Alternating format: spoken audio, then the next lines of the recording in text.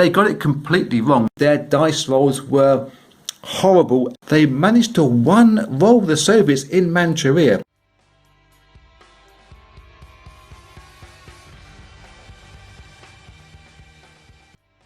This is Axis and Allies on the Tool or Less channel. Today we are going to be going back to the 80s, playing Classic Edition, where it all began, sort of, or at least where I began playing the game anyway.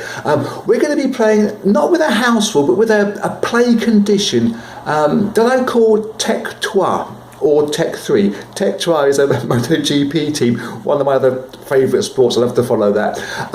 But Tech 3, fairly explanatory as a play condition. At the start of the Powers' rounds, they must roll for tech, at least one dice, and they must keep doing that on every round until they've got themselves a minimum of 3 technological advances. After that, they can do what they like, or do what I like, because I'm the one that's in control and rolling the dice and moving people around. But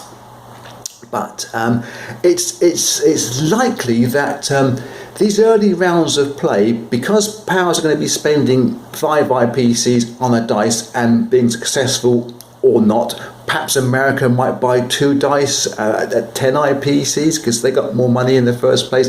We'll see how it all plays out. But these early rounds aren't going to have any major or probably significant battles, apart from the very standard Germany hits the UK as a wander into Soviet territory. But so I'll skip the early battles, but I should bring you after action reports on all of the rounds. And I suggest that probably turns 4 or 5 maybe is when we get into the meat and potatoes of the game, and we start rolling some dice out for those major battles then. So, but up until that point, it's going to be some after action reports, so we cover it fairly significantly.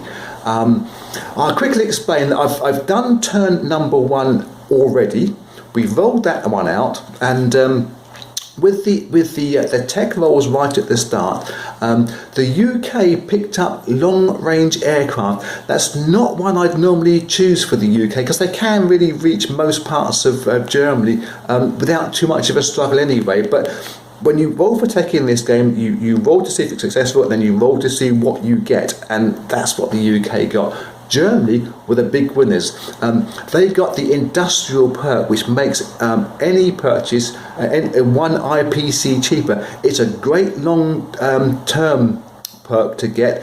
It's also very good straight away, because in this case Germany bought themselves an extra 2 units that they wouldn't have been able to afford beforehand. So it's good for Germany. It's one of my favourite perks, the industrial perk. The other players all struck out, including America, who did spend 10 IPC on 2 dice and failed entirely. Ignore that. Before we go to the board, may I mention that I make these videos in aid of a charity called Cure Parkinson's. You can guess what they're trying to do. There is a link to them below this video, and one in the banner on the channel page. If you happen to have a spare dollar, euro, yen, yak, or an industrial perk that you could send to them, I'm sure they'd appreciate it. So let's go over to the board and see what happened in turn number 1.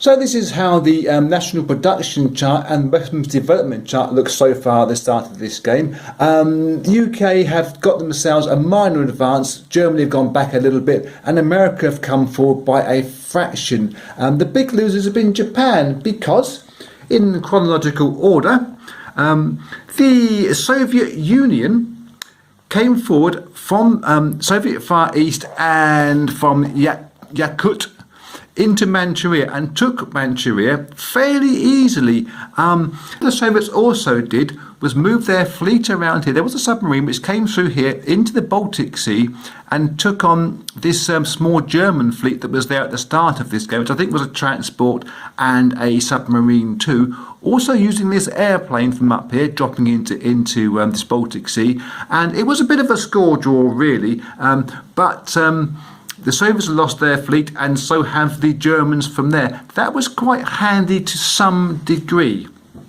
The Germans, being quite feisty and wanting retaliation from that, did attack Karelia.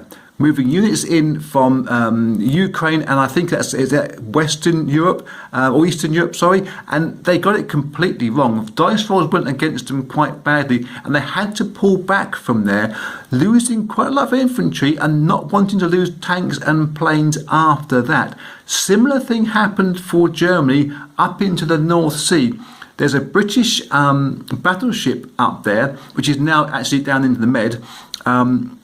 It took on, along with one transport ship, bombers, fighters, and the Uncle Tom Cobley and all. And, well, Britain succeeded. Germany lost, I think it was 2 or 3 fighters up there, and not wanting to lose any more aircraft, as in its bomber, its very expensive 15 IPC bombers in this game, they had to pull back and come away from that attack. Germany did have some success down in the Med. It was short-lived success. They attacked the British fleet off of Gibraltar, where there was a British battleship there, and they were successful there, doing maximum damage with minimum loss themselves. However, boosted by their technological advances, they have managed to put in a lot of infantry and tanks back into Germany to start off their campaign over towards the Soviet Union for turn number 2, but it didn't go off anywhere else successfully for them.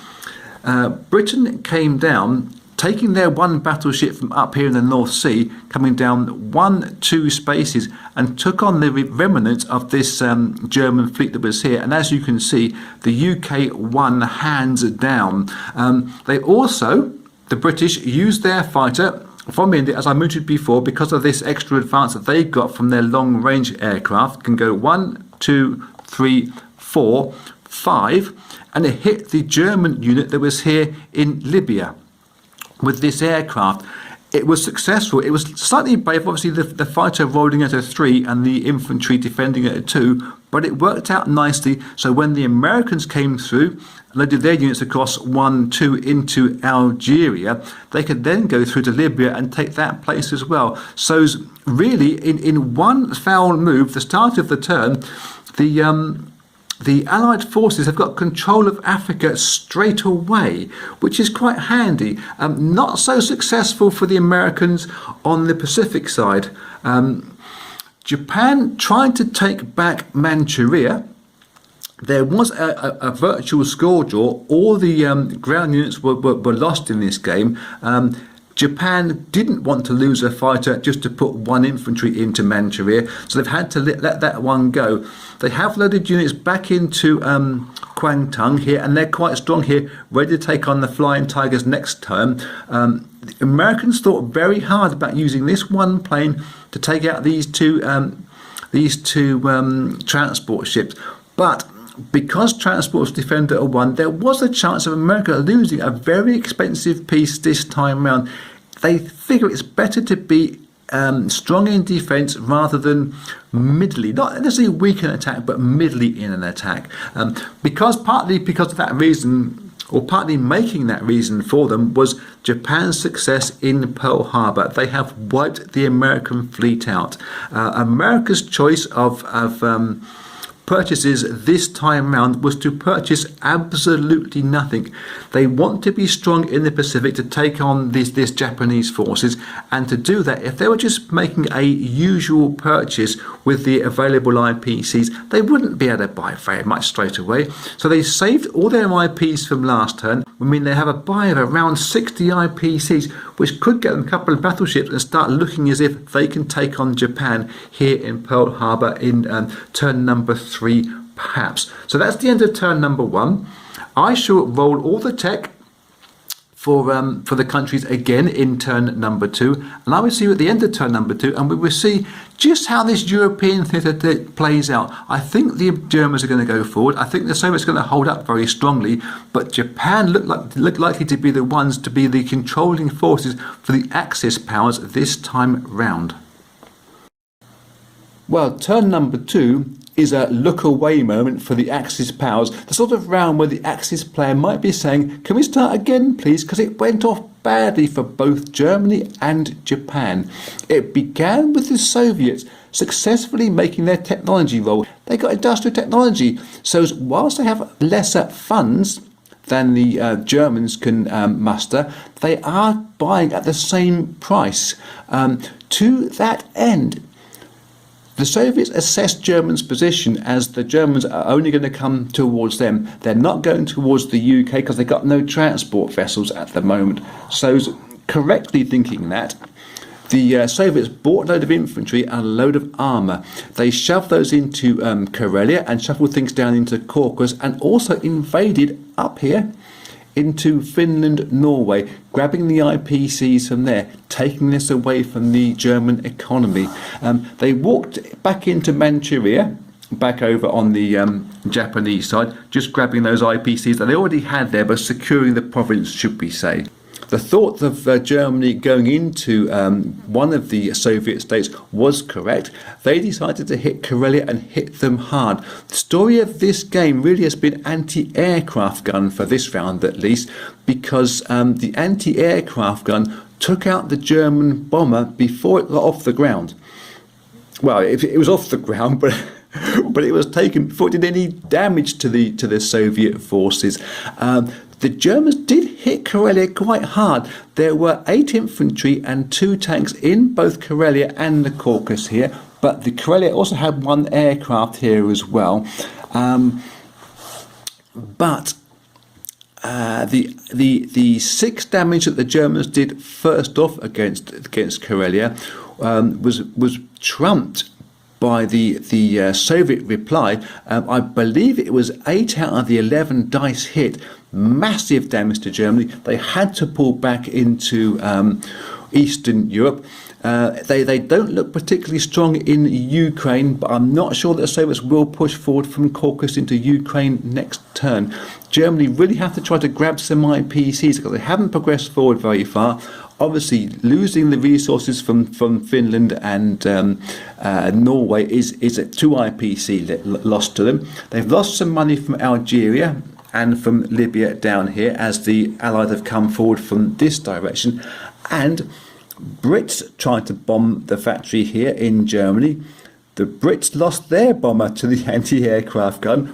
They are hot. They are hot this round, that's for sure. But America did succeed taking this bomber into this factory and taking 5 IPCs directly out of the German economy. So Germany really need to start grabbing some places, grabbing some IPCs, and not losing battles to over-the-top dice rolls by the Allied forces, if they can at all help it. We'll slip to America before we do Japan, slightly out of sequence. America bought themselves with that massive 60-plus IPCs. They saved some money from turn number 1. They bought themselves a carrier and a couple of submarines and a couple of fighters. Yes, that much money. These are hiding away over here because in this version of the game you don't load purchased aircraft onto carriers. They have to be made in the factory first, which is one of those odd little rules that got developed years later. Japan themselves, well, they had a hard time of it too. It definitely was a look away round for the Axis forces. Japan tried to get back into Manchuria with an amphibious assault. There were just, I think it was 2 Soviet infantry and 1 fighter versus a couple of tanks, a bomber and some aircraft. The aircraft were lost, the tanks were lost, the bombers survived. Japan had to pull back. They couldn't grab Manchuria. Soviets are rolling over the top. I'm going to double check their dice haven't been fixed in some kind of way. They also tried, this is the Japanese, to go from Kwangtung against the American forces here in China, including the Flying Tigers. As you can see, it was a complete wipeout score draw. But the Japanese forces couldn't take the 2 IPCs from there, which they would have been in handy for their system, being 3 down as they are for losing Manchuria. So this game, which is usually quite a fast-paced game, may be getting done in an afternoon's worth of fun. It could be over in 3 or 4 rounds, hardly worth putting up. But that is the way the leopard crumbles. I will see you at the end of turn number 3. Turn number 3 was a bonanza round as far as tech was concerned, for some of the powers at least, as you may be able to see, a few guys, I think it was 4 powers, picked up some tech this turn round. UK got rockets. That's quite handy because they can hit the German factory from the British factory with those rockets. Their attack actually only did 1 IPC damage this turn, but it's going to start paying dividends later on, we're pretty sure. Germany picked up super subs. That could be quite handy. So they bought 1. They can't afford to buy too many more than that. But with a big build-up of UK fleet in the UK sea zone and some Americans in the Atlantic, I think Joe must start thinking about getting some submarines into the water sometime pretty soon. Soviets picked up and Japan picked up long-range aircraft. Not sure it's going to be much good to the Soviets, but Japan certainly can utilise that. And America, trying to get in on the act, spent more money than anybody else on tech and did not roll a single 6, meaning they could not take a development. So let's get on and see what happened in the actual battling themselves. This time it went badly for the Soviets. It had to happen. They've had such a good round so far. They had to have one to balance it out that went really badly. They tried to move in from the Caucasus into Ukraine here. It looked good on paper. The Soviets outnumbered Germany by quite a substantial amount, except I think it was maybe 14 dice rolls for the Soviets and only 1 or 2 hits out of that. Germany hit back, hitting 5 out of 6, massive damage. And the Soviets were then worried that their back door to Karelia was wide open because these guys weren't in there at the time, and their front door through the Caucasus to Russia itself and Moscow and their chancellor could also be in danger. So they had to pull back from that before losing too many expensive units. I know they got their industrial technology making things cheaper to buy, but it was possibly, as it turned out later on in the term, to be the correct move. We'll get to that correct move more later on. Germany spent their time mostly bulking up. They bought a huge amount of infantry, or at least as much as they could, stuck that in Germany, shuffled units forward towards their western front, or eastern front rather, and did buy themselves one little fish. It's in the water here in Baltic seas. I'm not sure what it's going to do, but it's distracting the Brits straight away. They had to start thinking now about what their purchases were going to be, rather than just a straight invasion force of transport. Had to also buy themselves a submarine to cover off this problem, with Germany now thinking about protecting the Atlantic a little bit more. The UK also manoeuvred a couple of guys here in India from the African continent on a transport ship. Japan said hell no and took out the transport ship straight away. Japan were the big winners, I suppose, in this round, after being in such an awkward tussle trying to get Manchuria and Kwangtung sorted out.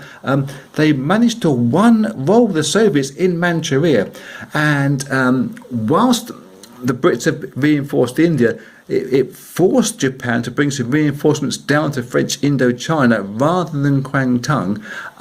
It does leave all of the Soviet Far East in Yakutuk empty. If Japan start rolling this way around, they're going to start wrecking that Soviet economy very quickly. Yes, the Soviets and the Americans could come through. The Soviets have reinforced into Xikang, but they're not going to be much of a match if Japan start loading forward and really trying to hit the European side of the map rather than the Pacific, which is, at best, I could say, confused. Because America invested heavily in technology that was an ultimate failure, their purchasing this time was quite limited again. They have now moved their aircraft carrier across into the Pacific side of the map, but they're really frightened of bringing it forward. But with Japan's long-range aircraft, they've had to start putting things into the Hawaiian Islands, if only air. They haven't got any transport this side. Their transport is all in the Pacific, trying to load things across to the Med, North Africa, and perhaps an invasion force for some time later on.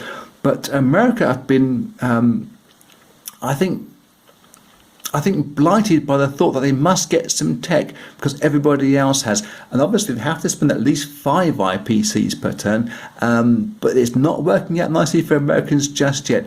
I think the pivotal point in this game now really is Japan's attacking into this European continent. How much of a distraction that's going to be to the Soviets. If the Soviets start looking weak up there, Germany can start rushing through and grabbing some IPCs and maybe even taking the Soviets out of this game. I shall see you at the end of turn number 4. Well, at the end of turn number 4, this is how the national production and weapons development charts now look. The Japanese have been the big winners in this round. They've got themselves up to 34 IPCs, taking some from America, some from the Soviets. In terms of weapon development, well, Germany finally filled out that third technology. They have reached Tech 2, for want of a better expression. They have got themselves heavy bombers, really important because heavy bombers in this game, they roll 3 dice. We'll come to that development later on properly. America land finally got themselves, after spending so much money, a technological advance. They've got super subs. That's quite important, and also it fitted in nicely. They did buy themselves 2 submarines last turn, so that's going to come in really handy for them in the Pacific. They are thinking. Let's start off with the Soviets. The Soviets did not make any attacks this round because their northern borders and their far eastern borders were susceptible for Japanese invasions, which has happened. They've been running troops backwards as fast as they can. They've emptied out Norway, Finland. They've moved stuff from Karelia into the Russian state, and Russia has been moving backwards towards the east. You get the picture. They couldn't attack Germany down here. They would leave themselves vulnerable on 2 sides at once, and you cannot do that. Germany, because of that 3 dice bomber, which they technology which they now have, spent 14 IPCs because they get 1 reduced because of their industrial technology on a big booming bomber. They themselves didn't attack the Soviets here, though they could have done, possibly. They wanted to wait until they were really strong this side.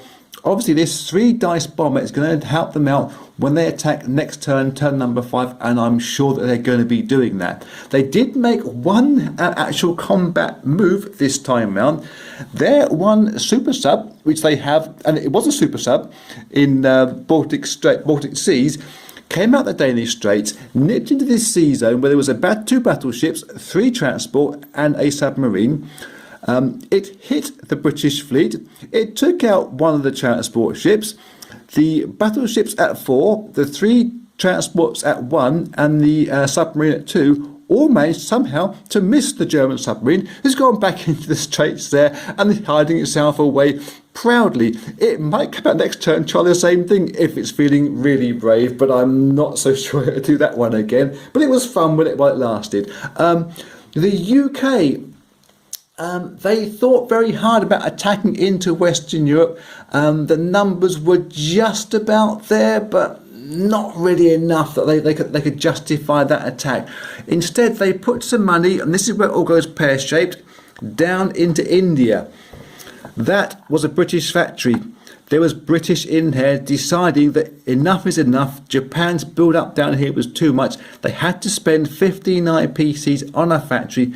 They had plenty of units in to defend it. Unfortunately, their dice rolls were horrible at the start. They did come back towards the end of that battle versus Japan, when Japan came forward and invaded this area and tried to grab this factory. They could muster airplanes and bombers and whatever else it was, and they did eventually take this state, but only with 1 infantry unit in there. America are going to be trying to come back and either help liberate this region, that I think is going to be too little too soon, but they could actually bring these units back up via Persia and help the Soviets out should Germany break through.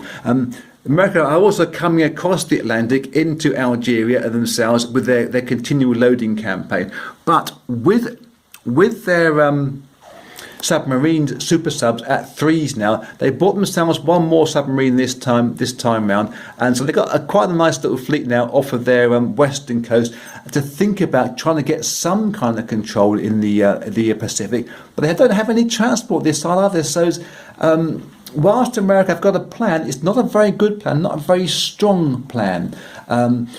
Nipping back to Japan, just to the end of this video off, they managed to roll their tanks that were in Manchuria into China, into Yakut, and they've also invaded Soviet Far East on these were all walk-ins because there was nobody else no opposition towards them, which is partly why Japan have now nipped up the IPC tracker to almost being chip leader this time round. It was a very important round, turn number 4. Turn number 5 is going to be the reprisal round. I think, can the Soviets start grabbing back these states? I don't think America's strong enough to start grabbing anything back down here just yet, but it's going to be that big battle in Europe. That will happen in the next video. We've done about 20 odd minutes now this time round. That's plenty enough for one video. So I will see you in video number 2 of our Tech Tour playthrough sometime shortly. Until then, be cool.